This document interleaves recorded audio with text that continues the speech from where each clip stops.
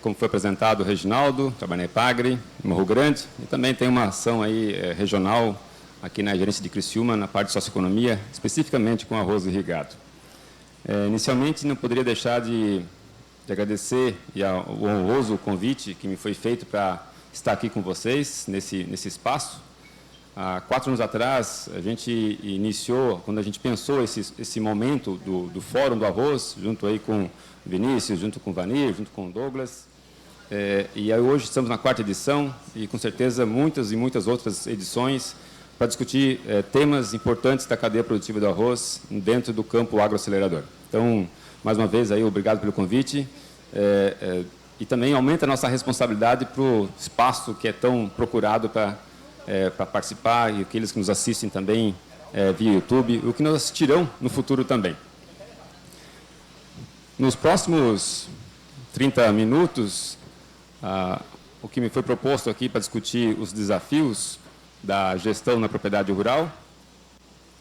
Se para mim o som tá bom? Não está bom, né? Ok, o pessoal vai arrumando aí, enquanto isso. Farei uma breve introdução ao tema da gestão de propriedade rural. Na sequência, tratarei então da redução de riscos na tomada de decisão, custos de produção e ferramentas tecnológicas para encerrar aqui a minha fala nesses próximos 30 minutos. Sempre que se fala em gestão ou se questiona a temática junto aos agricultores, ou mesmo junto a técnicos, sempre é um tema espinhoso, onde muitos correm dele. Então, o tema gestão, ele aparece nas demandas de capacitações, nas necessidades de agricultores, nas necessidades de técnicos. Ao mesmo tempo, poucos gostam de lidar com o tema. Como eu disse, parece ser um tema mais espinhoso, né?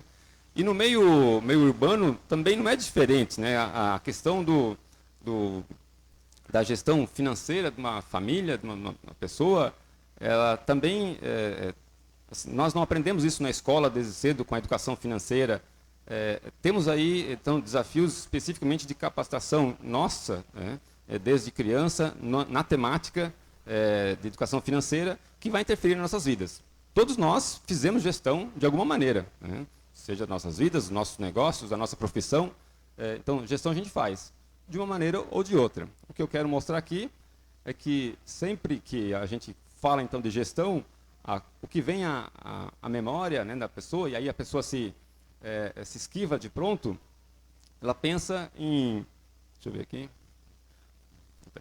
Ela já pensa em aplicativos, dinheiro, nota, anotação, softwares, enfim, uma série de coisas que, de fato, para quem não está acostumado com a lida das anotações, afasta realmente a pessoa, né? Mas eu quero chamar a atenção, que isso também é gestão. Quando você tem uma lavoura bem conduzida, conclui a safra, né, colhe aquele arroz com uma safra boa, que foi bem conduzida, você fez uma boa gestão na tua lavoura, né? Ao mesmo tempo que à direita da tela, alguma coisa deu errado. Algum processo durante o desenvolvimento da lavoura não foi bem conduzido. Então, gestão da propriedade rural não é só pensar lá no financeiro, né? E sim também na sua lavoura como um todo, nas decisões que vão ser tomadas em cada momento da cultura. Então, dos temas que eu trago aqui, dos 3 tópicos, né? A redução de riscos na tomada de decisão, decisão tomada por impulso. Você, ora, é prazer, e tem muitas pessoas, algumas até são doentes, né? Na questão da compra, mas isso lhe dá um prazer àquela compra, e às vezes não é aquela compra necessária para ti. E eu lembro, embora não tenha sido a decisão minha de compra na época, mas eu lembro quando tinha 8, 9 anos, quando meu pai comprou um trator, me lembro que era um 4610 da Ford ainda, novo, À noite eu ia lá no trator só para acender ali a chave, para ver aquelas luzes do painel, não tinham muitas para a época, né? Hoje tem muito mais, mas só aquelas cores daquelas luzes do painel, aquilo me enchia os olhos, sabe? Me brilhava. Então, tinha o prazer de ficar em cima daquele trator. E com certeza, muitos, quando você vê uma máquina nova, quando você quer bater uma foto de uma máquina muito bonita, tem esse prazer também, e isso atrai a necessidade de compra, de repente, de uma máquina, né? Temos a compra também, a decisão tomada porque o vizinho comprou. E muitas vezes um próprio vendedor, ele chega já dizendo que o vizinho comprou tal coisa. Das diversas, seja colchão, trator, enfim, não importa o que, mas muitas vezes usam a referência do vizinho ou nós mesmos. Opa, se o vizinho comprou, não posso ficar para trás, tem que comprar também. Então, tem a decisão tomada porque o vizinho comprou. Ou porque o vendedor não sai da outra casa. Ele é insistente, está fazendo a parte dele, né? Ele tem as metas para cumprir da parte dele. Então, ele faz a parte dele. Cabe a nós, enquanto compradores, né, seja do que for, tomar essa decisão. Então, e às vezes você compra porque ele não sai da tua casa. Aí você, vou comprar de uma vez para não encher mais o saco, né? E essa compra depois tem um peso no teu custo de produção. Propaganda. Então, a compra, muitas vezes, ela é feita. Isso é o marketing, né? As pessoas compram em função da propaganda. E aí eu mostro aqui o milagre, não falo do santo. No ano passado eu recebi lá um encarte em casa, né, de uma loja. Então tapei ali para saber qual loja que é. Nós estávamos na semana da Black Friday, né? E então assim, toda a propaganda no Brasil com relação a descontos dos mais diversos. E tinha, então, um encarte, uma redução para esta loja, uma rede de lojas que tem conhecida, de 50%. E nas lojas, os 50% era algo bem assim, significativo, algo tipo de 1 metro de altura, assim, as placas, né? No encarte, vinha dessa maneira. Então, quando você via, poxa, 50% de desconto, por que não ir nessa loja para comprar alguma coisa? Vou aproveitar, vou fazer trocar os móveis de casa, trocar tudo, né? Aí quando você olha com um pouco mais de detalhe, um pouco mais de atenção, você vê que é de desconto dos juros, os 50%. E esses juros ficava, com os descontos, em 35% ao ano. Então, a propaganda foi bem feita. Provavelmente muitos foram fazer compras, né, em função desta propaganda da forma que foi colocada. O empresário faz a forma dele e cabe a nós, bem instruídos e a tomar decisão naquilo que realmente precisa ser comprado, fazer essa escolha e analisar o que está sendo ofertado. 35% ao ano, já com desconto de 50%, me parece que é um pouco exagerado. Então, a necessidade de nós termos fontes de informação confiáveis. Você vai tomar uma decisão de compra, tá? Enfim, as ações na tua propriedade mesmo, né, o manejo que for fazer, tem que ter fontes de informação, compra, venda, enfim. Nós temos em Santa Catarina o Infoagro. Depois, aqueles que tiverem aí com curiosidade, podem procurar na internet, só coloca lá Infoagro, que vai aparecer o site do infoagro.sc.gov.br. Ali tem um conjunto de informações do agro catarinense, de preço diário, semanal, mensal, nas diversas praças, do custo de produção, o histórico, preço de terra, enfim, uma série de informações confiáveis que servem como referência para muitos negócios, preço de insumos, enfim. Então, são fontes de informação. A participação de palestras, aí vocês estão aqui numa delas, o dia de campo também, a capacitação ela é continuada, a busca da informação ela é continuada, para que a gente possa realmente estar bem informado.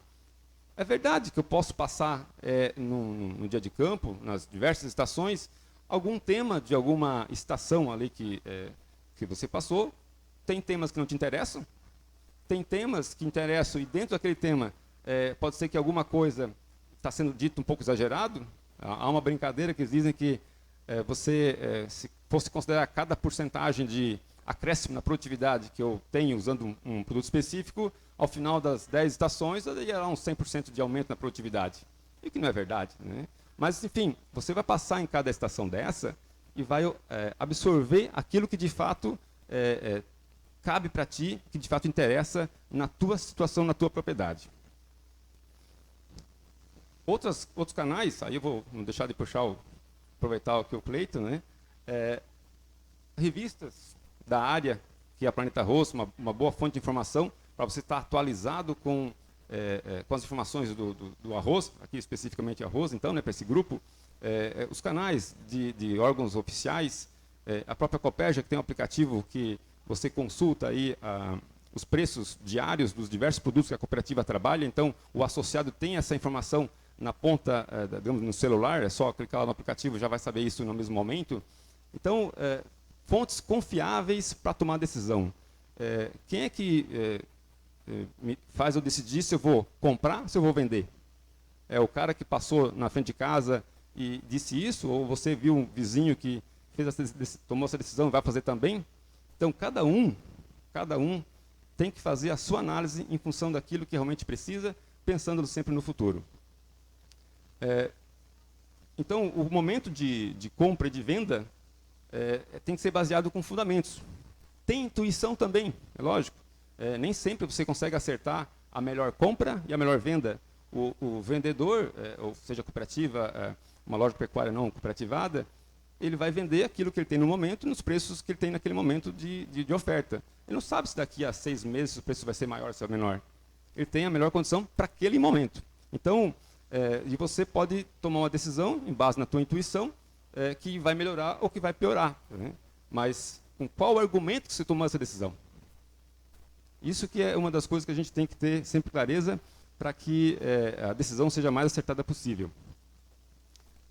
E como eu falei no início lá que a gestão não é só pensar em dinheiro, né, em custo, enfim, o manejo da minha lavoura está envolvido com o resultado da minha lavoura, tem a ver com o manejo, tá? O resultado financeiro da minha família tem a ver com o manejo que eu dou na minha lavoura. Então, qual semente que eu vou utilizar? Né? O manejo do solo, adubação química, por mais que a gente esteja aí falando há muito tempo em relação à distribuição da adubação no arroz, ainda tem gente fazendo adubação nitrogenada, a primeira, com 40 dias, 50 dias.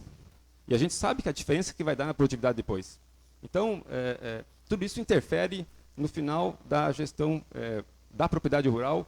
E quando você produz menos, naturalmente, não tenha governo que vai tentar lhe ajudar, que vai fazer com que você ganhe alguma coisa a mais, que sobre alguma coisa a mais, se você não fez bem a sua parte. Fazendo essa gestão do teu negócio bem feito, o resultado final vai ser uma lavoura bem conduzida, com uma boa produtividade, é isso que se espera.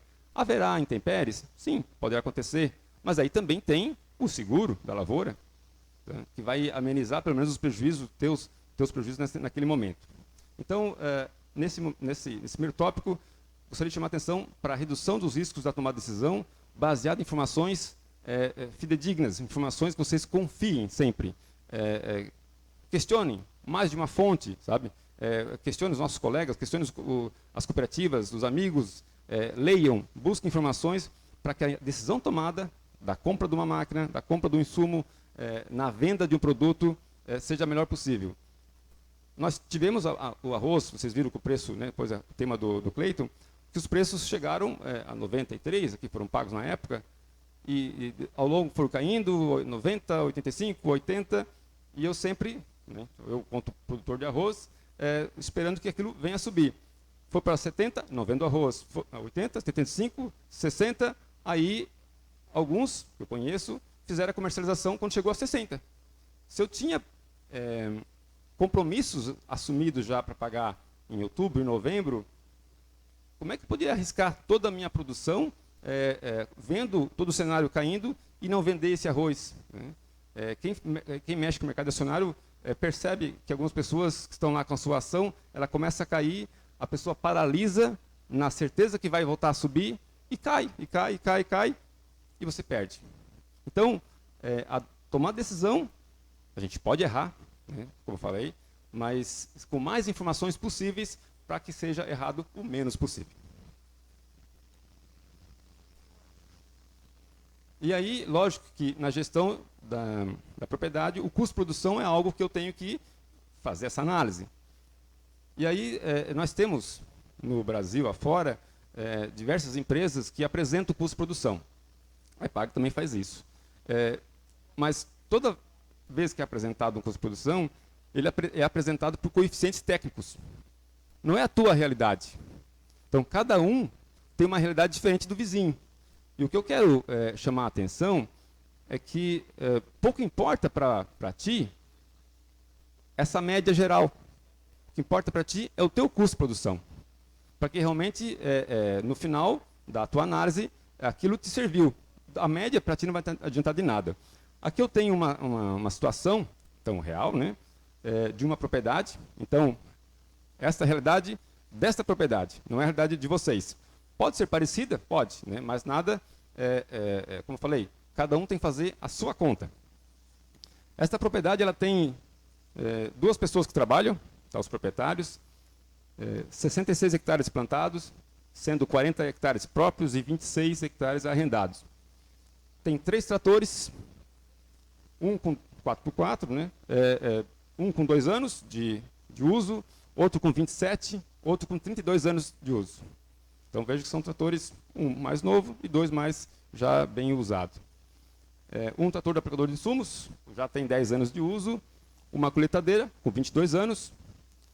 E eu fiz aqui uma projeção com preço do dia aí para fins de cálculo. Então, não fechou com exposição ainda, porque ele não colheu. Então, não sabemos ainda quanto de arroz ele vai produzir. Mas, pela média de produtividade dele histórica, sempre acima de 170. Nesse caso, estou fazendo uma projeção, só para fins de cálculo, aqui vocês vão ver depois, de 170 sacos por hectare. Esse produtor sempre colhe 180, 190 sacos por hectare. Este foi o resultado desta propriedade. Volto a reafirmar. Não é o resultado da propriedade de vocês. É dessa propriedade que eu estou aí apresentando. Englobando todos os custos de insumos, safra 2020-2021, então, tem ali R$ 4.385. Um prolabore, né, uma retirada mensal que é feita, nesse caso, de 2 salários mínimos por pessoa, mês. Então, os 2 retiram 4 salários mínimos das sobras, né, desse recurso que tem na propriedade, para eles terem a movimentação, para fazer essa separação do negócio arroz. Tem aí o custo de arrendamento daqueles 26 hectares. Tem o seguro da lavoura, custo da venda do INSS, né, juros da operação de crédito, o que somou o custo operacional efetivo, né, os desembolsos no final, R$ 7.058. Aqui na minha direita, então, na última coluna, eu tenho quanto que representa esse custo de produção sobre o custo operacional efetivo, né, aquilo que de fato desembolsa. Né. Então veja lá que os insumos na sua totalidade chegou a 62%, a Prolabore 12%, o arrendamento 17%. Outro slide, vou tratar um pouco mais sobre arrendamento.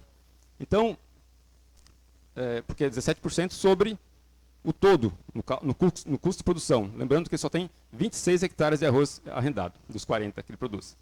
Dos 66, perdão. Uma depreciação, já considerando com os preços atuais do maquinário, né, que houve um aumento significativo, né, dos preços das máquinas no final do ano para cá.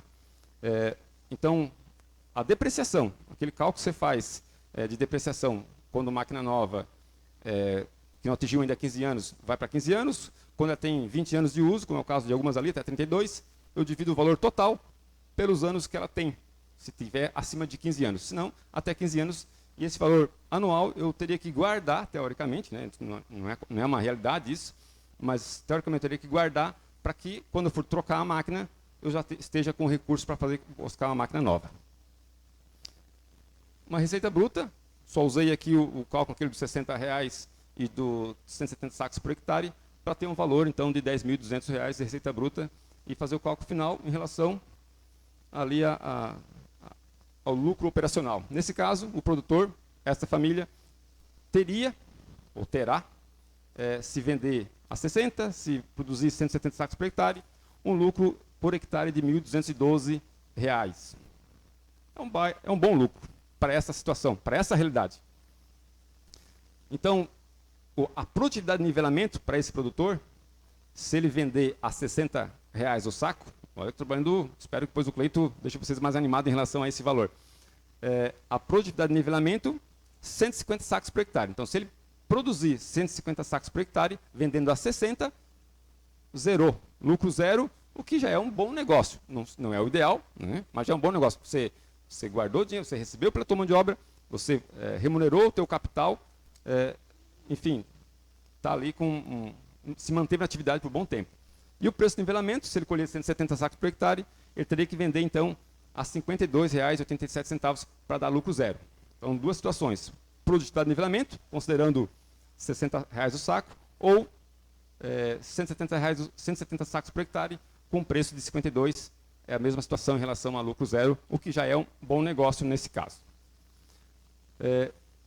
Veja que o maquinário de R$ 1.999 por hectare é um valor significativo, e vocês viram que o que ele tem de máquinas, né, eu apresentei os principais itens, lógico que tem todos os outros maquinários de implementos, enfim, né, mas os principais itens estão ali, os mais caros, dá um valor significativo anual de depreciação, porque vai chegar um momento que vai ter que fazer compra de maquinário novo. Então, o valor de quase R$ 2.000 que teria que guardar por ano é um valor bastante alto. Mas eu vou trazer algo que vai nos assustar um pouco mais agora, de outra forma de análise.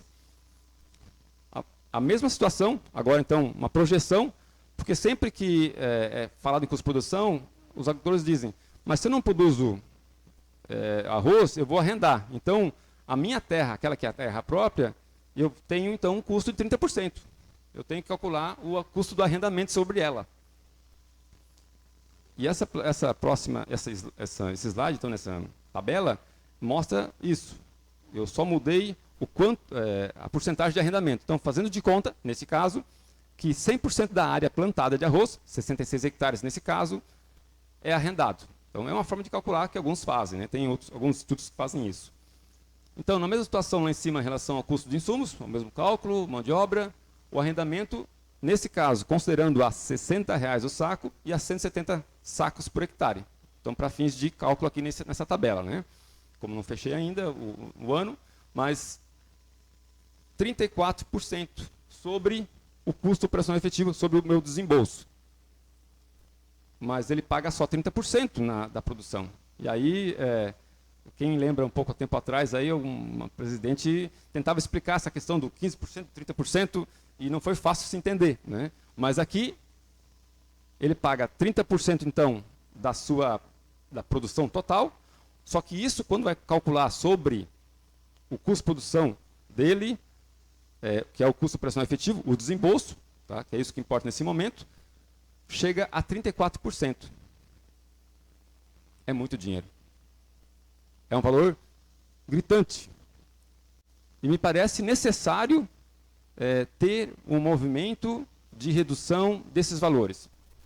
Esse é um ponto. E como é que eu baixo isso?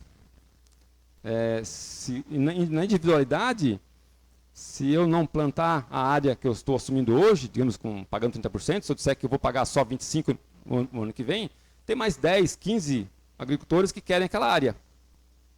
Mas se o custo é tão alto assim, por que tem tanta gente querendo pegar mais terra arrendada num valor tão alto? E trabalhei aqui com 30%, sabemos que temos aí algumas condições com um pouquinho mais alto ainda em relação a esse valor. Alguma coisa está errada. Nós precisamos, e aí na próxima safra, aqui eu considerei safra atual, né?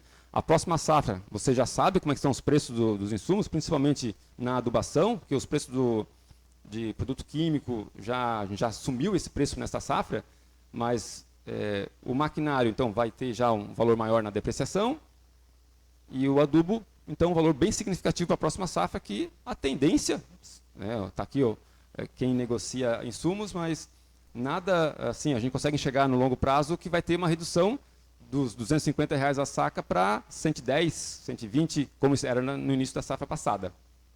Salvo se alguém me corrigir aqui, por favor. Então, 34% é muito alto. E como é que a gente pode mudar isso? Como é que a gente pode fazer com que o proprietário do terreno que está arrendando para ti reduza para 25%? Digamos, vamos convencionar aqui que 25% seria um valor ainda alto, mas é é bom para o proprietário e para você é assim, menos sofredor, né? Nós temos que ter um movimento conjunto. E aí eu já, de pronto, já lanço esse desafio, né? Vamos reduzir, alguém aqui que paga arrendamento é contra reduzir para 25%? Tá? Quem está nos assistindo em casa, quem vai nos assistir depois, como isso ficar gravado, né? É contra baixar esse valor para 25%? Imagino, né? Imagino que não. Né? A não ser que você seja proprietário de terra, lógico. Né? Aí você quer o máximo possível e está no direito dele de pedir o máximo possível. Mas lembrando que isso é uma negociação. Ocorre que essa negociação virou um padrão regional onde que 30% não se discute, é 30% e deu. E essas negociações vão nos familiares. Né? Às vezes tem um irmão que está morando fora e tal, vai arrendar para o outro irmão, é 30%. Não, é o mercado que paga isso. Não tem moleza. Então, se vocês não assumirem esse compromisso, esse é um ponto do custo de produção que está tão alto. O Rio Grande do Sul tem uma outra realidade em relação ao arrendamento. Lá, o custo da água é significativo, muitas vezes mais do que a própria terra. Né? O Alexandre está aqui, pode até me corrigir se eu estiver dizendo uma mentira. Então, eu posso berrar para governo, para quem for, mas quando eu apresento esse número e o governo olha, poxa, mas por que vocês pagam tanto? Se vocês não plantarem, vocês todos não plantarem aquela área, o produtor, o dono daquela área, vai voltar a plantar arroz por baixar 25%? Não, certeza que não. Então, por mais que possa ser, isso é um sonho, isso não vai dar, né? Mas se nós não discutirmos sobre isso, se nós não conversarmos sobre isso na comunidade, no município, não muda. Tá?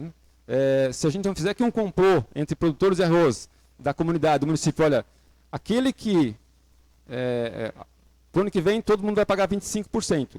E aquele que desistir, que outro pegar, aquela será a pessoa não grata na comunidade. Alguns vão furar, é provável. Tá? Mas a gente pode criar um novo movimento para uma nova realidade. Eu mostrei anteriormente ali, para aquela propriedade, que é uma propriedade mais enxuta em relação ao maquinário, com uma produtividade boa, tá bom. Agora, a próxima safra, e a realidade dele não é a realidade de vocês, pode ser de vocês melhor ou pior. Então, percebemos que uma grande diferença, assim, as margens vão reduzir bastante, o que vai apertar aí os ganhos para a próxima safra, e que já vimos aí nas falas, né, da apresentação, da abertura, uma preocupação grande já para essa safra, porque pensamos na próxima, né? Temos que brigar nessa e para a próxima também. Então, preste atenção, conversem, chame os colegas, vamos discutir, vamos chamar os produtores, os proprietários de terras, vamos estabelecer um novo patamar de arrendamento. Isso se faz necessário porque o ganho é significativo para quem está arrendando. Porque se fosse tão bom plantar arroz, ele plantaria arroz, certo? E não é a verdade que você paga dessa forma. Isso, nesse cálculo, eu tenho aqui o cara que tem uma colheitadeira. Então, os custos de produção dele, lá dentro de insumos e tal, né, ficou... Tá só a questão do diesel. E entrou, então, a depreciação, que não entra no cálculo da porcentagem ali, né? Mas se ele pagasse... Então, aqueles que não têm colheitadeira e têm terra arrendada, ele paga mais 8%, 9% ainda para colher. Então, e o cara que recebe arroz, ele não paga a porcentagem da colheitadeira. Ele quer o dele limpo, livre. Então, os proprietários de terras, me perdoem, né, mas temos que valorizar quem produz, quem trabalha, para que realmente possa ter uma sobra um pouco maior. Nos insumos, para essa safra, a gente já percebeu, então, alguns tiveram aí um custo um pouco maior, aqueles que compraram mais tarde. Mesmo assim, algumas coisas, mesmo que aqueles que compraram a maioria dos produtos mais cedo, alguma coisa ficou mais no final da safra, né? Então, ainda, para esta safra, uma condição tranquila, eu diria. Os números mostram isso. Mas se eu fosse um cara que tem o 100% de área arrendada, eu tenho aqui um lucro operacional negativo de R$ 641. Eu tenho que produzir 181 sacos por hectare para empatar, para zerar. Tá? ou produzir 170, vendendo a R$ 64 aproximadamente. Então, o arroz ainda dá bastante dinheiro. Tá? Não podemos dizer que é uma lavoura que rende pouco. Se ela rendesse tão pouco, todo mundo iria para outra cultura, o que daqui a pouco possa vir a ser. Tá? Mas ainda é atrativo o negócio. Mas em muitas situações, em muitas propriedades, ela já não é mais. Então a pessoa está trabalhando para o maquinário, trabalhando para o arrendamento e não para a sua família. No último tópico, ferramentas tecnológicas. Então, como eu mostrei no início, para você fazer a gestão do teu negócio, você tem que ter algumas ferramentas à disposição. Eu posso usar lá, antigamente tinha o prego, né? Bota 2 pregos, o que eu compro, o que eu vendo, separo, uma caixinha de sapato. São formas de se organizar na tua contabilidade. Vai pegando as notas, vai guardando, enfim. Então, são maneiras de você se organizar para saber quanto que de fato custou. Mas sabemos que isso já tem algumas novidades por aí, né? Que possam nos facilitar para ter esse controle na propriedade. Se eu fizer uma busca muito rápida aqui no Google, de ferramentas, enfim, de aplicativos, já de pronto já aparece aí uma lista de aplicativos que são, nesse caso, pagos, né? Que facilitam a nossa gestão da propriedade. Tá? Então, aqueles que têm interesse em adquirir algum aplicativo específico, tem aqui na internet uma disposição de aplicativos que pode te ajudar a fazer esse controle. Mas, quero trazer aqui uma novidade, né, para vocês, que a Epagre, está aqui a presidente Edilene, já concluiu no final do ano passado, e nós começamos a usar agora. Essa propriedade, viu, Edilene, é a primeira propriedade que foi usada esse novo aplicativo para fazer gestão de custo de produção, e a gente espera que isso vai aos poucos tomando corpo em muitas propriedades do Estado, para que seja um novo produto, né, que a Epagre vai apresentar, e com certeza será, para que a gente auxilie na gestão da propriedade rural. Então, aos poucos, vocês serão convidados por colegas nossos da Epagre para participar desse processo, onde nós poderemos auxiliá-los. Né? Uma ferramenta que vocês mesmos vão poder fazer.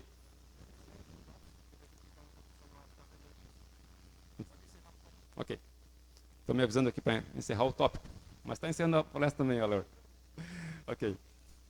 Então, esse aplicativo Diário de Campo já está pronto, começou a ser utilizado por nós aqui em Morro Grande, e vai nos auxiliar muito na gestão financeira da propriedade rural.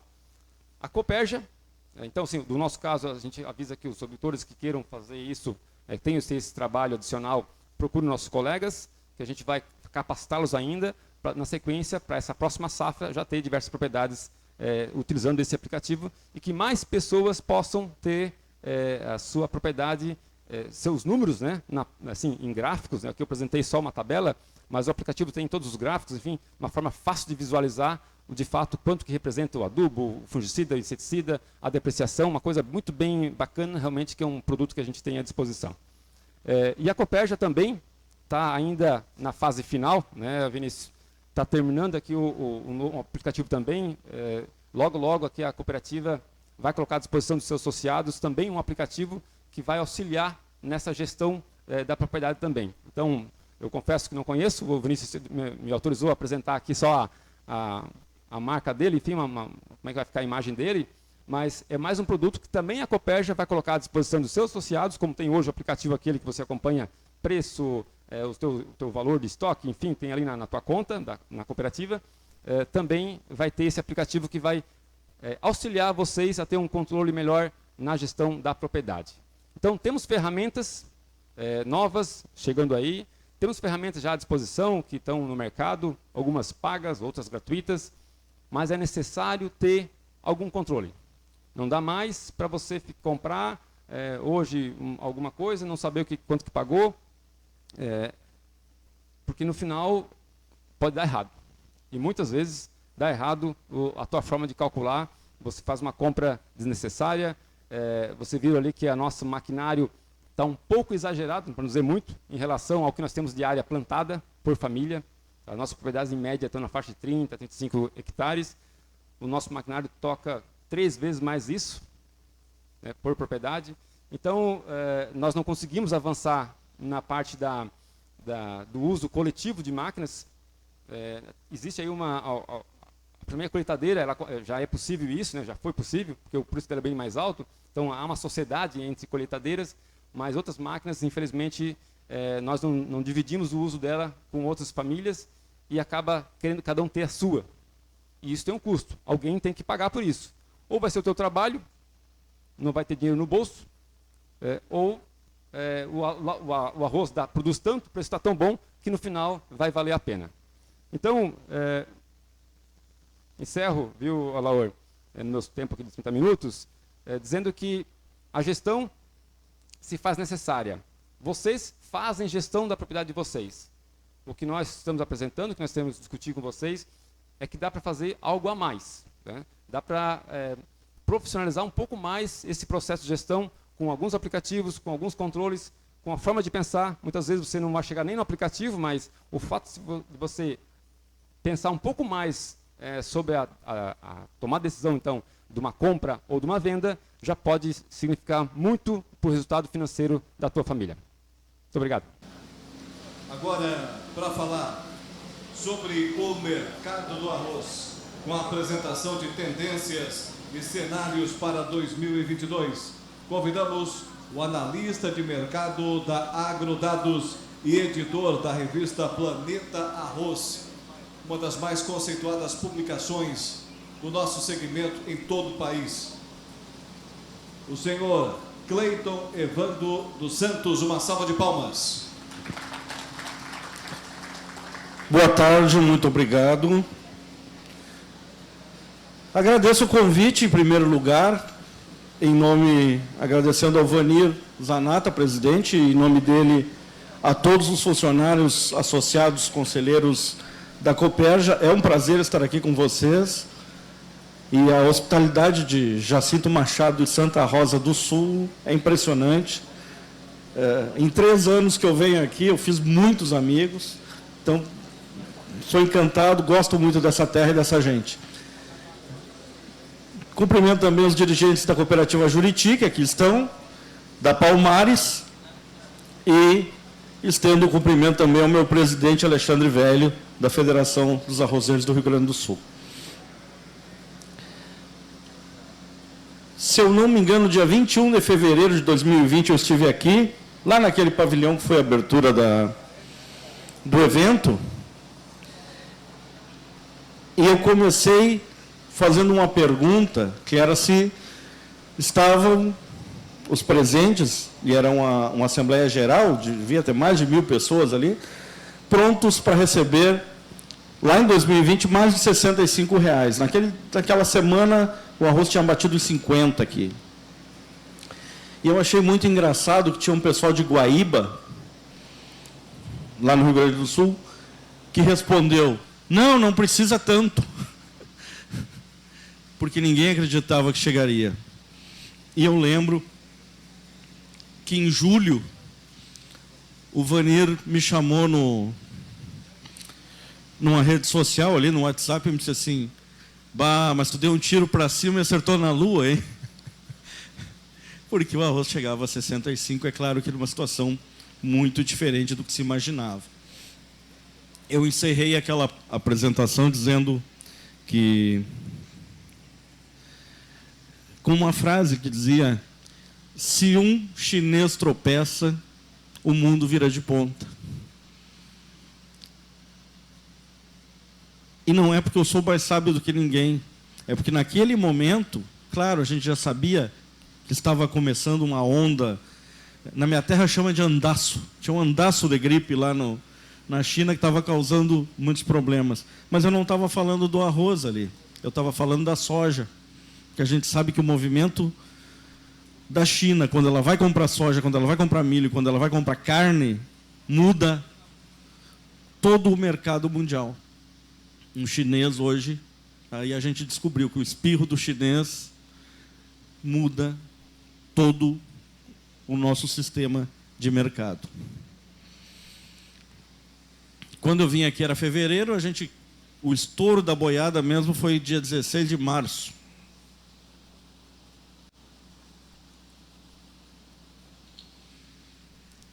Para mim, o dia D. nada a ver com o desembarque de tropas na Normandia, mas 16 de março de 2020, a pandemia alcançou o Brasil e alcançou já com óbitos, já numa situação completamente diferente do que a gente esperava. O que nós tínhamos no Brasil? Pânico, caos na saúde pública, porque não existia vacina, não se sabia como atender as pessoas, compras de comida para estocar. Dia 16 de março, ao meio-dia, eu fui no supermercado na cidade em que eu vivia, e eu fiquei impressionado, porque eu cheguei lá para comprar, acho que um miojo, e o volume de pessoas comprando 30, 40, 50 quilos de arroz, feijão, rolos e rolos e rolos e caixas de papel higiênico, era uma coisa impressionante. E daí eu sei que uma cooperativa do Rio Grande do Sul, que o presidente me falou isso, vendeu até o meio-dia do dia 16 de março, eles tinham começado meio trôpega a campanha ali, janeiro, fevereiro, foi perto da cota que eles estavam pretendendo vender. Das 8 da manhã, meio-dia do dia 16 de março, essa empresa vendeu 2 meses e meio do que ela costuma vender num mês. Não vendeu tudo para pagar à vista, não vendeu tudo claro, para ir pagando e descarregando, mas era o varejo buscando a garantia de abastecimento. Porque o que a gente tinha medo naquele momento? O que se falava? Vai faltar comida. Todo mundo vai morrer. Nós não podemos sair de casa. Fica em casa. E a gente aprendeu que tinha que voltar para o fogão. E até é bom, né? Eu gostei. Aprendi até a fazer pão. Com farinha de arroz, inclusive. Mas não é essa a realidade do país, não é isso que a gente precisa. Preferência por não perecíveis. Nós não precisamos falar que o arroz é o produto mais barato da cesta básica, o que mais rende. A gente pode falar de sal, mas ninguém come só um punhado de sal, né? O que mais rende é o que sustenta e é a base, o pilar da nossa alimentação. Então, nós chegamos à limitação de compras do varejo. O que é a limitação de compra? Só podia comprar 15 quilos de arroz, 10 quilos de arroz, 5 quilos de feijão. E aí as pessoas iam no supermercado, só podia entrar um, e o casal, um ficava do lado de fora. E aquele saía com 15 quilos de arroz, entrava outro. Começou a faltar produtos. Arroz não faltou, mas muita coisa começou a faltar. O álcool em gel subiu 500%, e assim a gente começou a ter aquela complicação. As pessoas foram para o serviço em home office, inflação de alimentos, o arroz virou vilão de uma hora para outra, de repente, continuou sendo o item mais barato da cesta básica, e o que mais rende. E, de repente, o arroz estava acabando com o dinheiro de todo mundo. Os restaurantes, as escolas, as empresas fechadas, por causa do lockdown e distanciamento social, aumento do consumo, e a Conab elevava a previsão de consumo em praticamente 1 milhão de toneladas. No mundo não era diferente. Estávamos passando pela mesma situação, e em alguns lugares do mundo, como na Oceania, por exemplo, a Austrália, os supermercados da Austrália não tinham arroz, porque a Austrália colheu 50 mil toneladas em 2019 e 2020. E na lavoura? Bom, na lavoura a situação era um pouquinho diferente. 19 e 20, nós colhemos uma boa safra, só que nós tínhamos um problema de estiagem. Só que a estiagem chegou na colheita. Então, não se parou de colher em nenhum momento. Rio Grande do Sul colhia bem, Santa Catarina colhia bem, mas se colhia sistematicamente. Então, aquele negócio do fica em casa, arrozeiro não fica em casa, né, minha gente? Estava todo mundo na lavoura colhendo, enquanto o tempo estava bom, estava colhendo, e o tempo continuou firme, e a gente continuou lá. Brasil e Mercosul colhiam uma boa safra e tinham estoques normais, a mais altos, com disponibilidade de exportar 4 milhões de toneladas. 3 a 4 milhões de toneladas é a nossa é o que o Mercosul tem sempre disponível. Só que os Estados Unidos, que é o nosso grande concorrente no mercado externo, não tinha mais arroz para vender. Eles venderam tudo até fevereiro. Não quer dizer que eles não tinham para entregar. Entregar, eles foram até o final do ano safra deles, que começa em outubro. Só que eles não tinham mais volume. E com a pandemia, eles tinham que atender um aumento de volume interno e o volume dos países internacionais, principalmente, mas muitos, né? Mas principalmente a América Central, que acabou vindo toda para cá, para o Mercosul. Que eles estavam com baixos estoques, a África com baixos estoques e demanda crescente. Na África é onde cresce a demanda por arroz. O africano descobriu o arroz, se apaixonou e todos os anos cresce uma média de consumo superior ao que cresce o mundo. A Europa e o Oriente Médio com baixos estoques, países da Ásia com quebra de safra. Nós temos aqui, por exemplo, o Bangladesh, que é o terceiro maior produtor de arroz do mundo, e se tornou um dos maiores importadores porque quebrou 3 safras seguidas. Parece pouco, mas eles compram por ano quase uma safra nossa. E nós, a cadeia produtiva do arroz, passamos a acreditar num novo patamar de preços. Para aí, subiu e nós vamos ficar lá em cima. E era para ser, nós somos uma curva, um ponto fora da curva. 3 produtos baixaram de preço no meio agropecuário. Agora a carne, na finaleira agora. Mas 3 produtos subiram e baixaram de preço. Leite, arroz e lã. E a lã agora começou a valer dinheiro de novo. Eu falo isso porque eu tenho umas ovelhinhas lá, né? Então, isso aí eu estou acompanhando e também não... Tu vê o meu azar, né? Lã e arroz. O clima favoreceu a colheita, a valorização do grão, houve valorização do grão, efetivamente, e o produtor, que era um tomador de preços, passou a ser o formador de preços.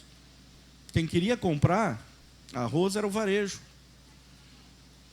E o produtor vendia se desse no preço dele. Isso é uma situação praticamente inédita, né, Alexandre?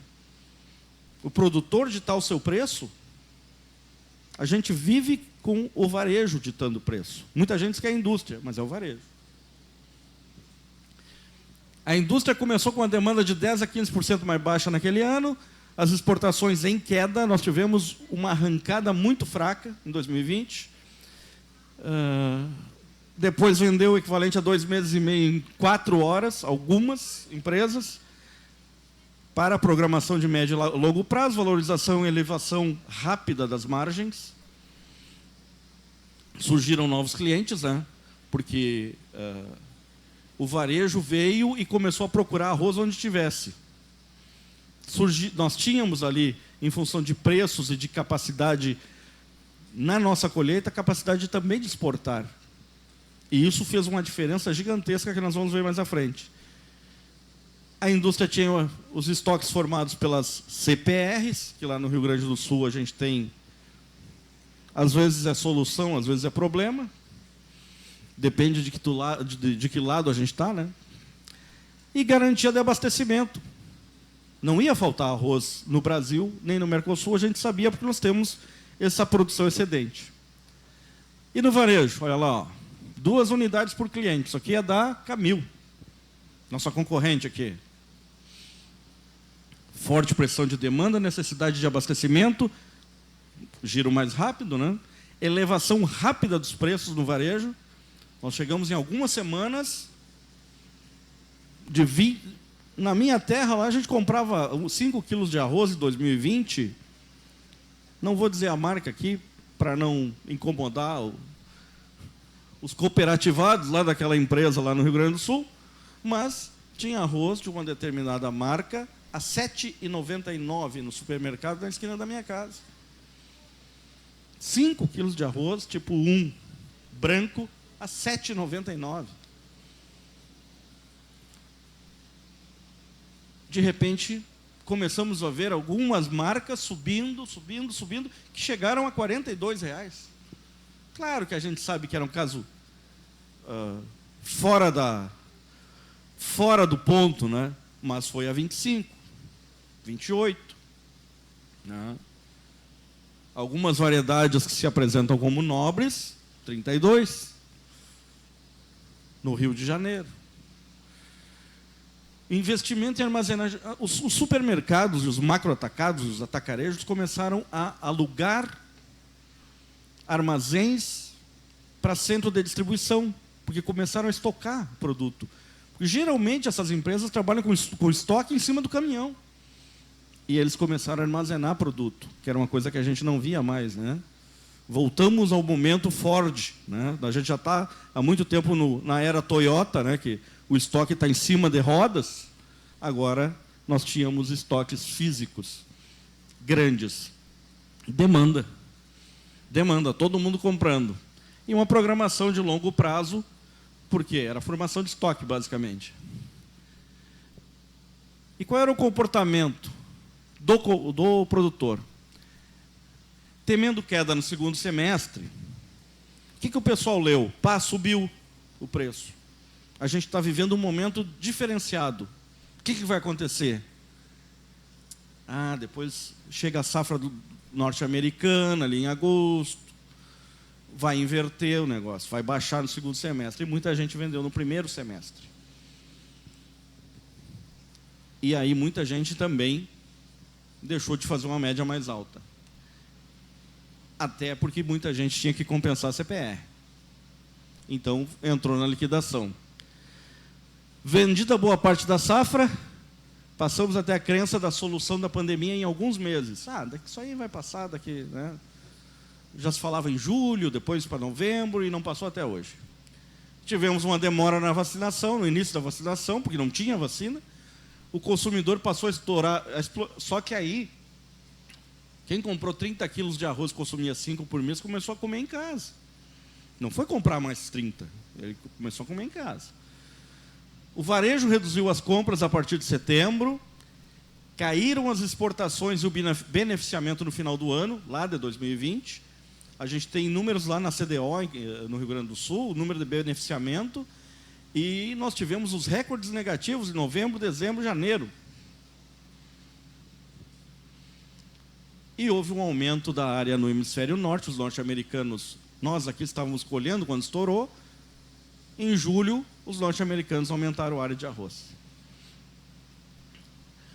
Aumento de área de produção no Brasil e no Mercosul. E aí nós começamos a ver um fenômeno que nós começamos a exportar, e o produtor começou a segurar arroz a $19. A gente sabe de 2 vezes na história que o arroz superou $19. Foi agora e foi 2008, 2009. E, de repente, o produtor não queria vender arroz a $19. E ele estava colhendo arroz a 11, 12 naquele momento. E isso não foi uma boa notícia. E aí se aumentou a área de produção no Brasil e no Mercosul. E nós, nessa história de aumentar aqui, teve gente que, por exemplo, não vendeu arroz a R$85 para exportação e depois vendeu a 70 e poucos para o mercado interno.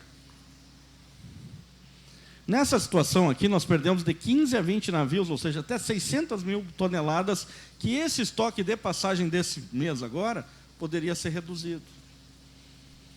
Então, nós estamos passando o ano com um estoque de passagem 1/3 maior do que deveria ser, porque nós não exportamos. E tinha mercado para exportar e tinha preço. Tivemos novo aumento da área e aumento dos estoques. Aqui estão os números do CPE-Exalc lá no Rio Grande do Sul, tá? Em verde eu deixei quando está aqui aumentando, aqui mais ou menos mantido até os 15. Aqueles 2 azuis lá é quando estourou a pandemia. A gente estava trabalhando com $11 e caiu para 10 e 19, só que a gente estava tendo um movimento reverso do câmbio, né? O dólar estava valorizando em cima do real. E aí nós chegamos lá no Rio Grande do Sul, aos 104,39, de média. Mas assim, essa nunca foi a realidade dos preços. R$104 nunca foi a realidade. Isso aqui era um produtor que tinha 64 o dia inteiro, estava vendendo para tipo extra, para tipo especial, lote grande, uma condição muito especial de venda. E teve gente que vendeu a 120. Mas quando aconteceu isso, a gente já presumia que nós tínhamos uma disponibilidade de venda em torno de 7%. Isso são 600 mil toneladas, Alexandre? 500 mil toneladas no Rio Grande do Sul. Então, quem tinha produto era 7% dos produtores, nem isso, 3% dos produtores. A grande maioria vendeu aqui, ó, 64 a 78. Até julho a grande maioria vendeu. Tá? E aqui inverteu a situação. Nós começamos a ter, depois de uma safra grande, e a indústria começou, me desculpem a palavra, a gente costuma usar isso no jargão do meio arrozeiro, mas a indústria começou a vomitar a margem que ela ganhou lá em 2020. O que isso quer dizer? Que a indústria comprou barato e vendeu caro. Inverteu a situação. A indústria começou a comprar caro e cada vez que ia repor a tabela estava caindo. Vai passar para o varejo é menor. Aqui eu fiz as médias recentes aqui do indicador, como eu fiz anteontem. Peguei as médias até agora e nós vamos ver que as nossas médias aqui voltaram para o histórico. Qual é o histórico de média de preço no mundo? Até 2007, 2008, uma saca de arroz, $9.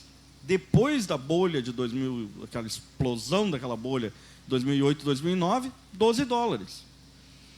Hoje os Estados Unidos trabalham com $16, equivalente a 50 quilos. Mas numa condição que eles reduziram 16% a safra deles. E que o frete deles é muito mais barato que o nosso. Então eles têm uma condição muito competitiva.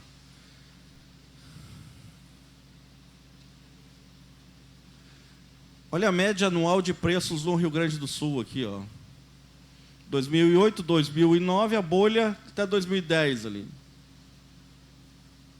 2011 a gente teve aquela hiper exportação que a indústria deve lembrar, que o governo pagava R$3, na época, R$3, praticamente $1, de apoio ao frete para exportação.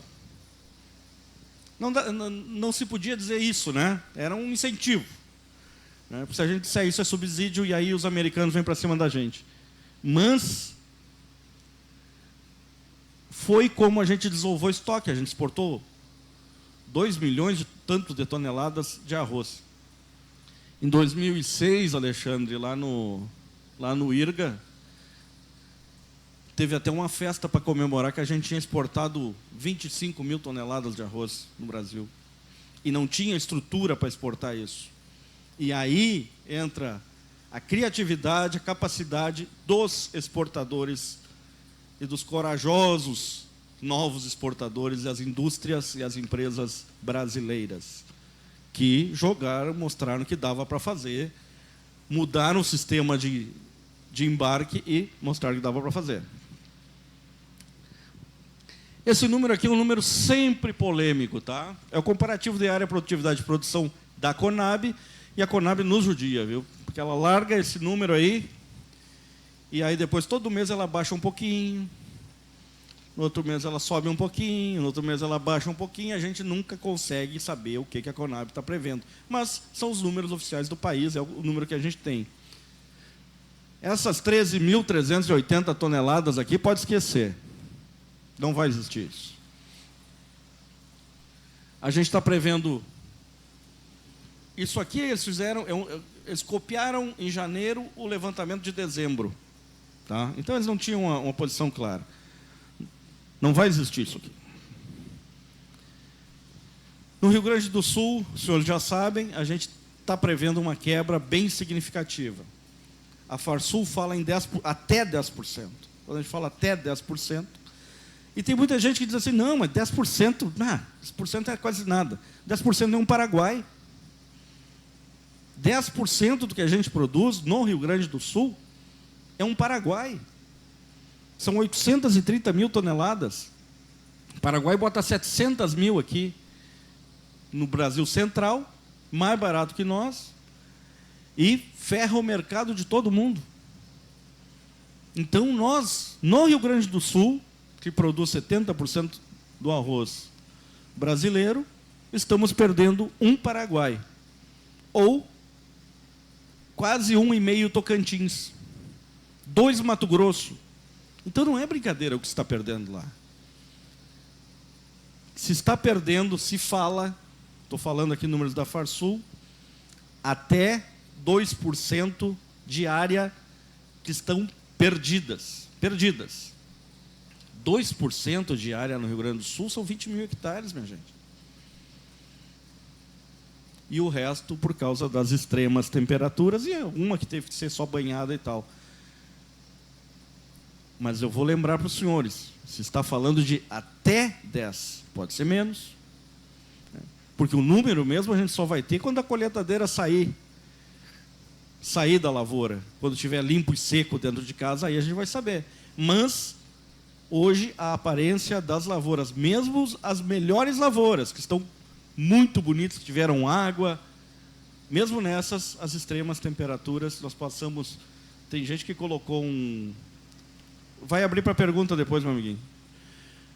Teve gente que colocou lá um termômetro no chão e passou de 50 graus. E de dia e de noite. E a água anda devagar. Não é a mesma coisa. Tu colocava água, tu levava um determinado período para a água cobrir 1 hectare. Não, ela está andando bem devagar porque ela está puxando, a terra está puxando, né, seca. Eu não acredito nesses números da Conab, eu acredito que nós vamos ficar, com a queda do Tocantins, com a queda do Rio Grande do Sul, nós vamos ficar, para mim, entre 7% e 10% a menos. Nós vamos ficar com uma produção em torno de 10,5 milhões de toneladas no Brasil. Nós vamos ter quebra na Argentina, nós vamos ter uma quebrinha no Uruguai, só que a quebra do Uruguai, assim, falando em quebra, fica bonito de ouvir, né? Quem pensa no preço e não na crise de cada produtor. Só que os caras aumentaram de 145 mil toneladas, 145 mil hectares, para 164 mil hectares. E vão perder 3. Então, eles vão ter arroz. Esse aqui é o quadro de oferta e demanda, que está prevendo aqui em dezembro um estoque inicial aqui de 2.542.000 toneladas. Eu gosto de contar fevereiro, para mim é 1,5 milhão, dia 28 de fevereiro. Tá?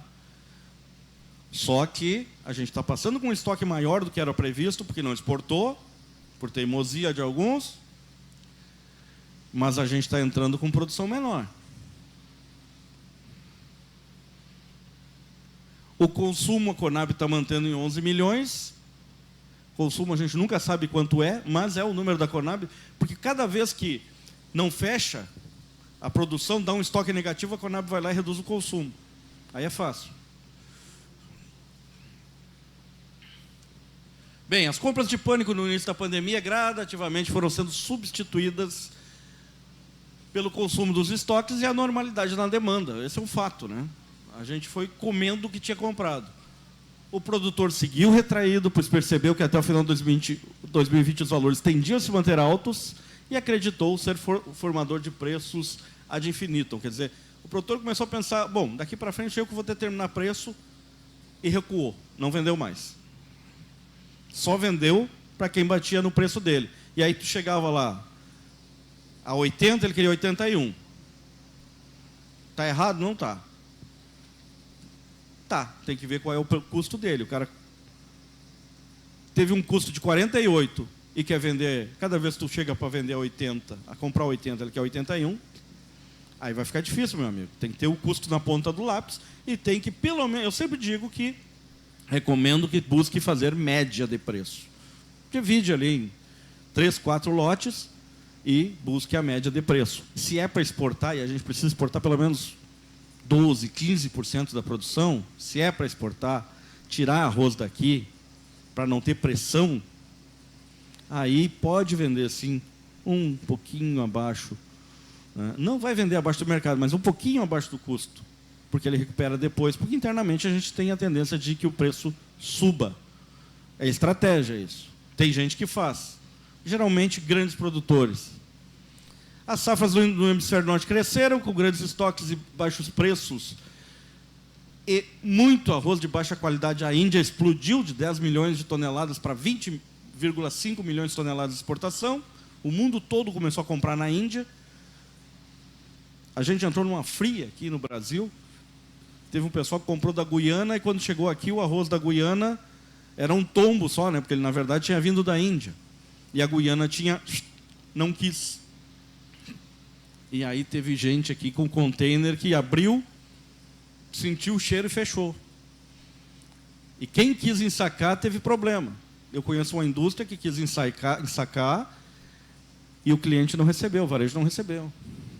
Então não é assim aquela história, não, mas agora a gente vai importar. Onde é que tem? Da onde que a gente importa? Arroz com a qualidade que os senhores produzem aqui. Aonde é que a gente importa? Fora do Mercosul? Ninguém. Não temos isso. E o arroz que a gente come e exporta é o arroz que os nossos filhos comem. O Barata gosta de dizer isso, né, Alexandre? Só que a indústria do Mato Grosso, São Paulo, e que teve a anuência da indústria do Sul, e isso gerou polêmica, conseguiram que o governo retirasse a TEC, né? E aí foi quando a gente acabou importando produto, 300 mil toneladas, inclusive da Índia. Parte das importações atrasaram, e aí o pessoal teve que pagar imposto cheio. 2021, já falei, do processo foi invertido, a indústria devolveu as margens, os insumos dispararam 30%, frete, energia, combustíveis, fertilizantes, defensivos, mão de obra, avião. Depende aqui, Conab, Epagre, IRGA, depende de cada um, mas o custo aumentou dessa lavoura, está sendo colhida, de 25% a 36%. Isso aqui é a evolução do preço do arroz em casca, é um material do Sindarroz, e vocês veem que lá bateu no 104, baixou para 88 em fevereiro de 21, né? 2021.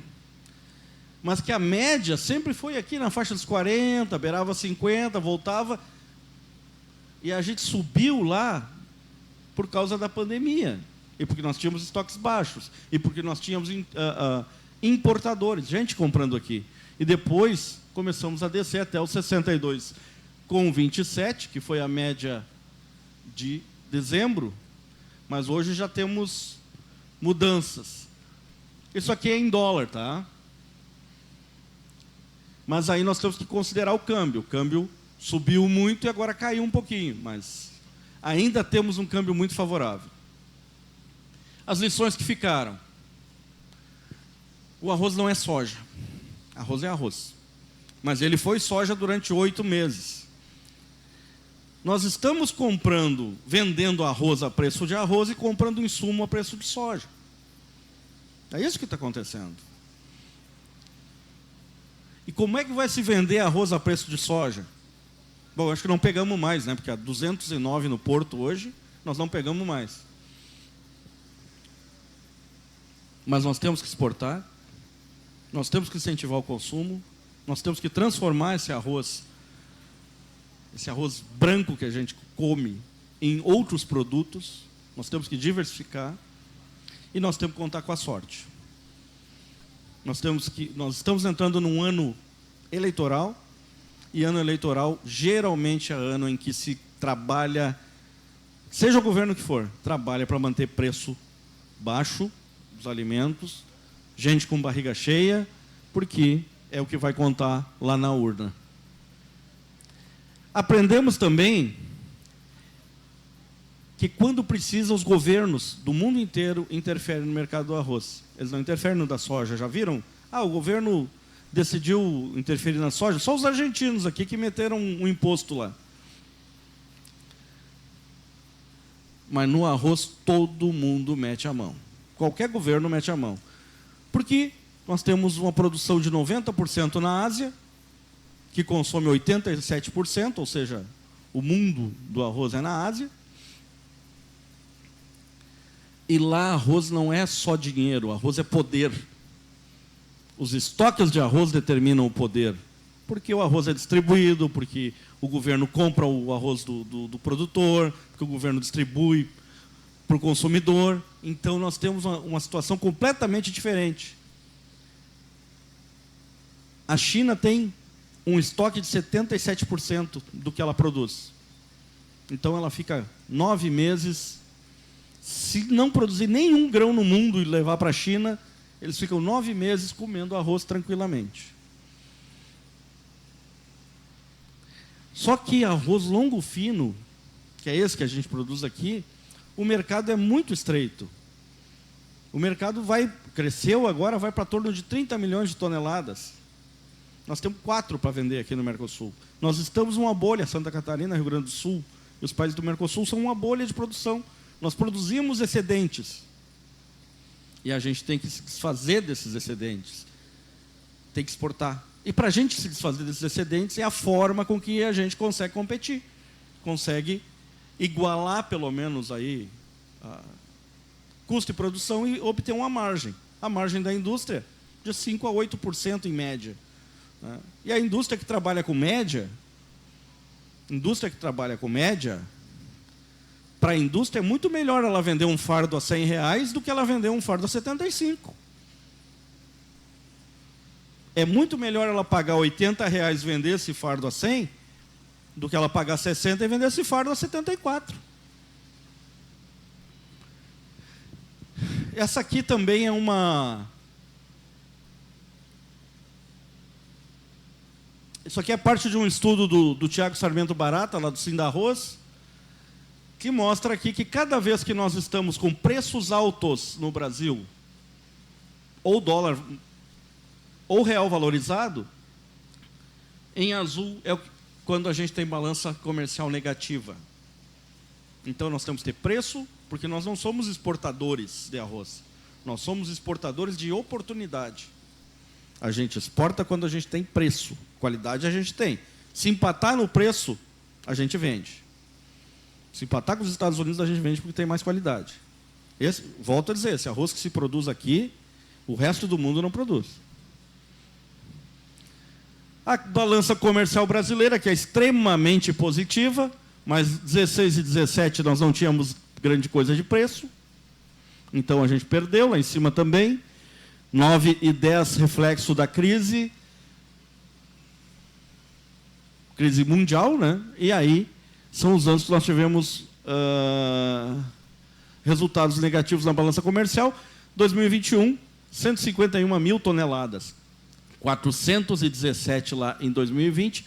Não tivesse o governo aberto para aquelas 300 mil toneladas de fora, a gente estava cruzando agora também com um estoque bem ajustadinho. E mais as exportações do ano passado, a gente estava com um estoque muito mais ajustadinho ainda. Aí eu vou dizer para vocês que esse arroz que está 60 hoje podia estar lá nos 75 e cobrindo o custo. Mas a gente não fez a lição de casa. Não vendeu o arroz, não exportou. E se a gente não exporta, a gente não ganha internamente. Aqui também é um material lá do meu amigo Tiago Sarmento Barata. E ele mostra para onde a gente exportou aqui. Nós exportamos o ano passado 358 mil toneladas de arroz beneficiado, 247 de casca, 16 de descascado e 430 de quebrados. A gente tem um mercado de quebrados, mais das coisas aqui de Santa Catarina e do agroacelerador. Muito obrigado. Navio de quebrado, daí tem lá um pessoal que vai lá e diz assim, saiu outro navio para a África. Mas o Favarim está metendo quebrado de arroz para produção de ração nos Estados Unidos. Por isso que hoje um saco de quebrado meio grão no Rio Grande do Sul está mais caro que um saco de arroz. Aqui as nossas origens, da onde a gente traz, né? 442 mil toneladas de beneficiado, 263 de descascado. Enfim, 75% quase é Paraguai. E o ano passado a gente trouxe uns arrozes aí de Índia, Tailândia, ainda pegou aquelas cargas que atrasaram. Principais origens, o Paraguai vive dizendo que crise, não tem água, a gente está produzindo menos, a gente não está produzindo. Esse ano quebramos 25%, 30%. Mas mandaram 581 mil toneladas para cá. Será que quebrou 30%? Então está dando arroz em cima do poste lá, né? Como é que consegue? A Argentina vem perdendo espaço e o Uruguai também. O Uruguai é o país mais interessante que tem para se usar como referência, porque o Uruguai aprendeu isso nos anos 80, 90, que não dá para confiar no mercado brasileiro. Eles produziam lá e mandavam para cá. Aí eles descobriram, olha, a gente vive em crise porque a gente está contando que o brasileiro vai comprar o nosso produto. E aí tem câmbio, e aí tem política, e aí tem outras circunstâncias. E o Uruguai foi procurar mercado, e o Uruguai se tornou um grande player mundial porque ele foi procurar mercado. E ele disputa esses mercados e ele se tornou competitivo. A gente importa muito mais em beneficiado, e o pessoal das empresas, das indústrias que estão, sabem que o ano que vem vai ser um ano, esse ano, vai ser um ano que nós tendemos a ter muito mais problema com essa situação toda do ICMS. Ou os nossos estados vão rever essa posição, ou então nós vamos ter uma TEC, uma tarifa, para exportar arroz para o Rio de Janeiro, São Paulo, Minas Gerais e Espírito Santo, que zeraram as suas contribuições, e o arroz do Paraguai vai entrar lá com tarifa zero, e o nosso vai entrar com umas tarifas aí de 7%, 8%, 12%. É uma grande briga política, já começou no Rio Grande do Sul, já começou em Santa Catarina. Vamos tentar fazer um copia e cola para adotar parte da legislação do Paraná, porque senão, meus amigos, esse beneficiado aqui vai entrar... No Rio de Janeiro é o pior de todos, porque o arroz em casca, o arroz beneficiado vai entrar no Rio de Janeiro, do Paraguai, com a marca do supermercado, 10% a 12% mais barato que aqui. E aí o Paraguai produz um saco de arroz a 8, 9 dólares, a gente não pega mais. Aí a gente vai reduzir a área aqui, eles vão aumentar lá. Porque aquela história de vamos reduzir a área não é bem assim. Diminui aqui, o mercado existe, alguém vai aumentar. Bueno, isso aqui é a previsão para o próximo... Assim, até que já está 10% menor, né? Para importação, mas o dólar está nos ajudando ainda para não importar. Aqui é o Boletim Focus, que está prevendo aqui uma inflação mais alta, em 5,38%, um PIB quase zerado, quer dizer, a nossa economia não vai crescer, o câmbio 5,60, estão prevendo, mas a gente já bateu em 5,30, mas é 5,60 para o final do ano, e os juros vão aumentar. Isso aqui é a taxa CDO, tá? Escoamento de arroz do Rio Grande do Sul. Nós tivemos um pequeno aumento do saldo em 2020 e 2021, mas em função da pandemia, basicamente. Isso aqui é um exemplo, eu vou mudar de lado aqui. Isso aqui é um exemplo que quem me mandou foi o presidente da Federação das Cooperativas de Arroz, o Gilney. Isso aqui foi apresentado para o governador do Rio Grande do Sul, que é como é que fica decomposto o preço do arroz beneficiado tipo 1 do Paraguai. Até Minas Gerais, tá?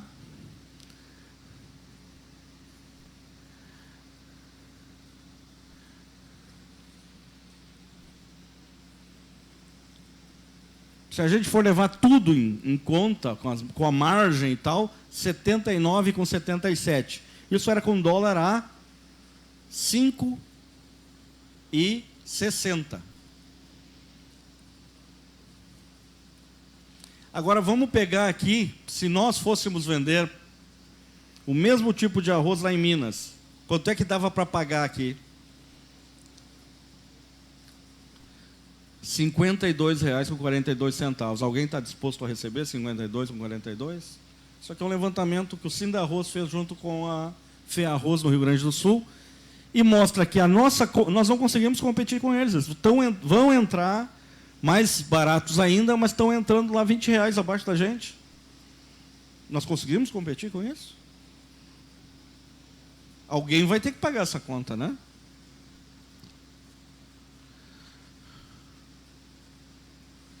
Bom, aqui são os números do Comasur. No Comasur tem o pessoal da indústria que participa tem um ditado lá que diz assim, tem reunião do Comasur, vamos ver quem mente mais. Porque os números nunca dá para confiar muito. Mas eles estão prevendo lá um estoque final bem mais apertado esse ano. E no ano passado foi mais apertado ainda. O que eles estão dizendo esse ano? O Uruguai vai ter uma sobra de 7% ou a 8% de produto. É ruim para eles, porque o Uruguai consome 50 mil toneladas, né? A Argentina vai ter uma sobrinha também, mas quase zerada. E o Paraguai teve um pouquinho mais de sobra. Nós vamos arrancar com mais estoque no Mercosul esse ano do que o ano passado. E isso não é boa notícia. E aí aqui os Estados Unidos, né? Que lá, 2021, 2022, a gente vê que caiu a produção deles, caiu o consumo e o estoque é um pouquinho mais alto. É o nosso grande competidor no mercado internacional, nós temos que vencer a competição com eles. Nós podemos vencer hoje, mas a gente tem que vender arroz urgentemente para o mercado externo.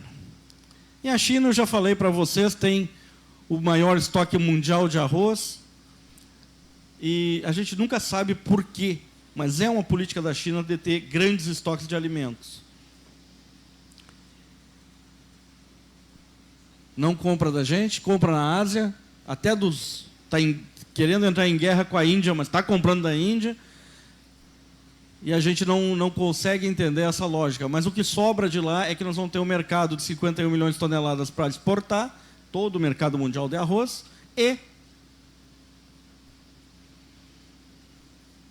não mais do que 30 milhões é arroz longo fino, que é o nosso. Bem, nós temos uma oportunidade de exportação. O produtor deixou de ser formador de preços, voltou a ser tomador, consumo estável. Nosso estoque aqui no Brasil dá para 3 meses, mais ou menos. Agora, confirmando-se a exportação no primeiro semestre e a quebra, que a gente considera substancial de safra, 7%, aí nós temos uma perspectiva de que o arroz volte a ter aquele comportamento de preço mais baixo no primeiro semestre, preço mais alto no segundo semestre. Mas isso não quer dizer que é para sentar em cima do produto e não vender. O mercado tem que estar abastecido e as oportunidades de venda para o exterior não podem ser perdidas. Essa é a grande lição de 2021. Não se deixa de vender arroz a 18, 19 dólares, 17 dólares. Não podemos deixar de vender. Se a gente tem preço, cobrir o custo de produção para mandar para fora, manda. Porque daí tu vai... Tem um estudo, ele já é meio antigo, mas era do IRGA ainda, tempo que lá estavam o Tiago Barata e o Camilo, que dizia o seguinte: a cada 100 toneladas que o Brasil exporta, o preço interno sobe 50 centavos. A cada 100 mil toneladas que o Brasil exporta, o preço interno sobe 50 centavos. Nós deixamos de exportar pelo menos 500 mil. São R$ 2,50 por saca. Façam o cálculo. Meio dólar que a gente perde por saco. Sempre que me perguntam, e muita gente pergunta, Cleiton, vai subir o arroz? Vai a 80? Eu sempre digo, olha, eu posso te falar do cenário, porque bom mesmo é a gente fazer projeção do passado, do futuro não é bom. A gente pode traçar alguns cenários, né? E um cenário que é claro, uma experiência que é clara, é que não dá para concentrar todo o produto para uma venda só. Tem que formar lote e fazer média de preço. 3, 4 lotes e vai vendendo. Mesmo que arranque ali empatando, perdendo um pouquinho para mandar para fora, tudo bem. Tu vai recuperar no preço interno. Nós temos um grande problema no Brasil, que é a incerteza. O norte-americano ele trabalha com pouquíssimos contratos na Bolsa. Hoje tem em torno de 1.200 contratos na Bolsa de Futuros de Chicago. Mas o norte-americano, o mercado físico norte-americano, sabe que o preço futuro para maio de 2022 é $16, é $15, é $14. E aí ele se programa para fazer a sua venda. No Brasil a gente não tem. Como é que eu defino qual é o preço de maio? A indústria define porque ela sabe qual é mais ou menos a rotação, qual é a entrada que ela vai ter, sabe qual é a demanda do varejo. Mas como é que eu sei qual é o preço de outubro, de novembro? O norte-americano sabe qual é o preço que vai estar em novembro. E se houver uma mudança, a Bolsa demarca para ele. A gente não tem como saber isso. Agora imagina se a gente tivesse uma bolsa de futuros de arroz no Brasil, com contratinhos pequenos. Mas se lá, quando estava R$ 104 um saco de arroz de média no Rio Grande do Sul, a gente soubesse que em dezembro ela ia estar 80. Não ia mudar o perfil do mercado? Não ia ser diferente? Então eu sempre digo isso, que é difícil, o Japão, depois de 250 anos, está fechando a bolsa de arroz porque não tem volume. Mas a gente precisa de referência, a gente precisa ter uma âncora, a gente precisa saber aonde que tu vai atirar e aí aprender as regras do mercado, o que vai mudar. Mas a gente tem que ter uma referência. Sabe? Eu sempre digo isso, sem referência a gente fica perdido. É assim que se espera. E muita gente esperou. Deixou de vender arroz a 70, 80, porque ia voltar para o 100. Está até hoje esperando voltar para o 100. Porque a gente não tinha nada que dissesse que ia voltar para o 100. E as cooperativas diziam isso, e a Federarroz dizia isso, e a Farsul dizia isso, e o Cleiton dizia isso, e o Cabilo dizia isso, e o Tiago Barata dizia isso. O Antônio da Luz, o Kogo, todo mundo dizia isso. Não tem nada que indique isso.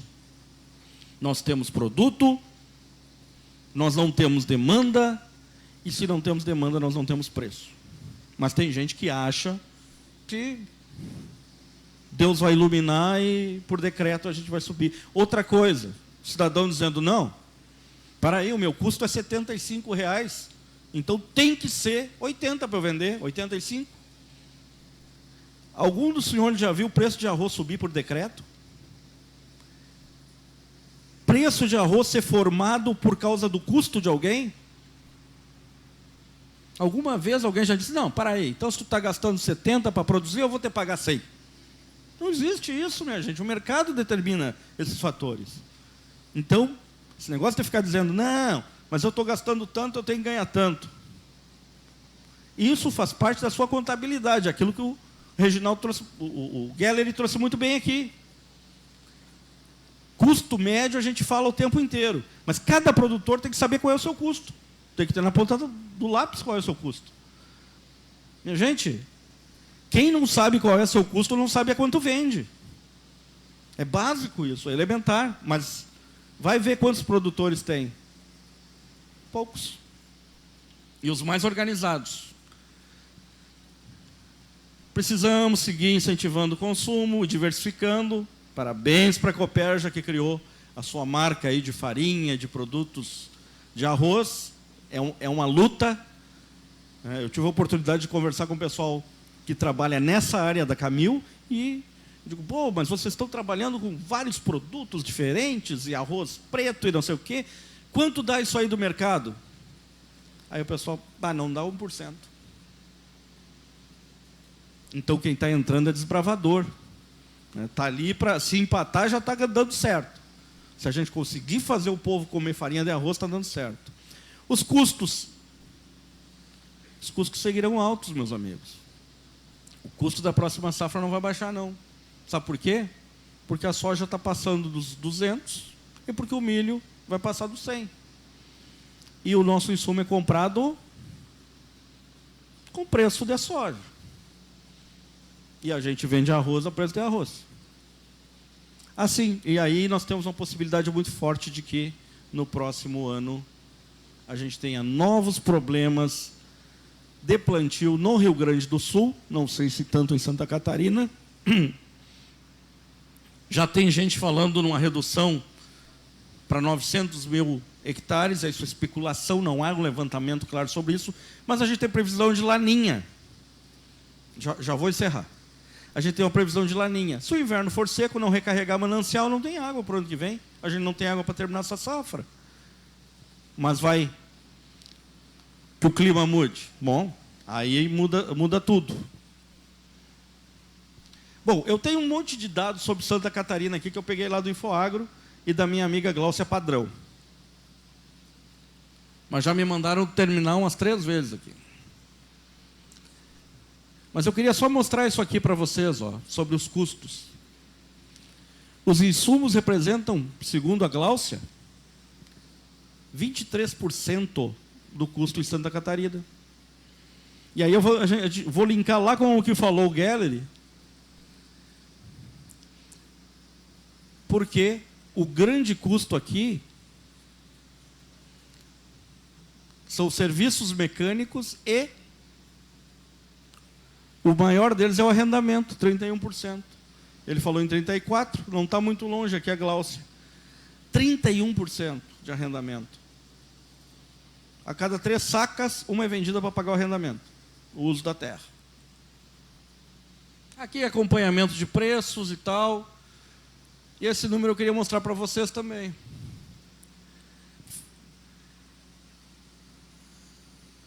Aqui o meu sócio errou o título, mas tudo bem. São os preços em Santa Catarina, colhidos pela Epagre. Em abril de 2020, o adubo 5,20,20, estava o fertilizante, 50 quilos, o saco estava 87,77. Em outubro de 2021, 205, 134% aumentou o adubo nessa formulação. O Roundup estava R$ 98,00, 5 litros, 142%, 237. E o arrendamento, que era de 2.352,58, ou 43 sacas por hectare, em Santa Catarina, pulou para 70 sacas. Cresceu 81%. Sabe quanto é que o arroz hoje está valorizado em cima de 2 anos atrás, lá de abril? 22%. O arroz valorizou 22% e o arrendamento aumentou 81%, minha gente. Aqui são números lá de... Bom, aqui são os riscos, né, minha gente? A gente tem um monte de risco, lavoura é risco. Eu vou fazer uma coisa que eu já tinha feito aqui nas outras apresentações. Dia 17 de dezembro de 2020, eu disse que a média de preços no Rio Grande do Sul ficaria entre R$ 70 e R$ 80. Deu R$ 77,59. Teve um pessoal nas redes sociais que me mandou... Bom, tem palavrão que me disseram que eu nem com 50 anos eu nunca tinha ouvido. Porque o pessoal embrabeceu que o arroz ia ser 100. Qual é o prognóstico que a gente está fazendo? Porque todo mundo gosta de saber, vem cá, o arroz vai subir. Eu vou passar para vocês o que a gente está vendo agora. Nós tivemos um aumento de preços lá no Rio Grande do Sul agora, por uma circunstância muito especial. O Paraguai não está conseguindo botar arroz no Brasil, não é porque não tem, é porque a Receita Federal fez uma operação padrão e trancou as cargas lá. Minas, Rio, São Paulo desceram para comprar arroz aqui. Onde é que tem arroz no Brasil? No Sul. E começaram a disputar com umas cargas novas aí que estão para sair de arroz em casca do Brasil. Começaram a disputar em 67, 68, chegaram a R$ 72. Tá, isso é bruto, tá? Isso é preço porto.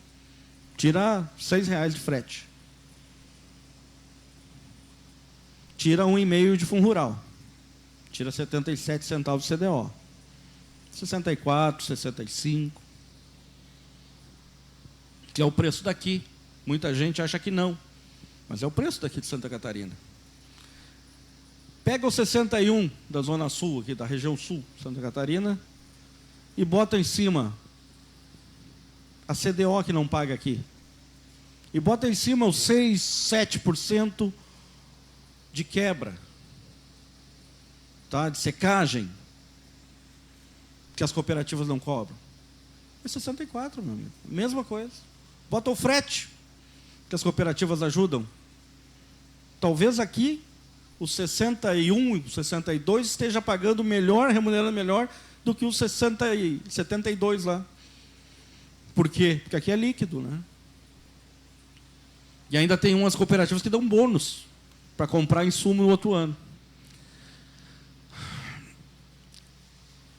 Eu imagino que, em função de todas essas circunstâncias, e a indústria também, as grandes indústrias fazem uma coisa bem interessante, uma estratégia. Elas entram e compram mais acima um pouquinho agora, e aí se recolhem.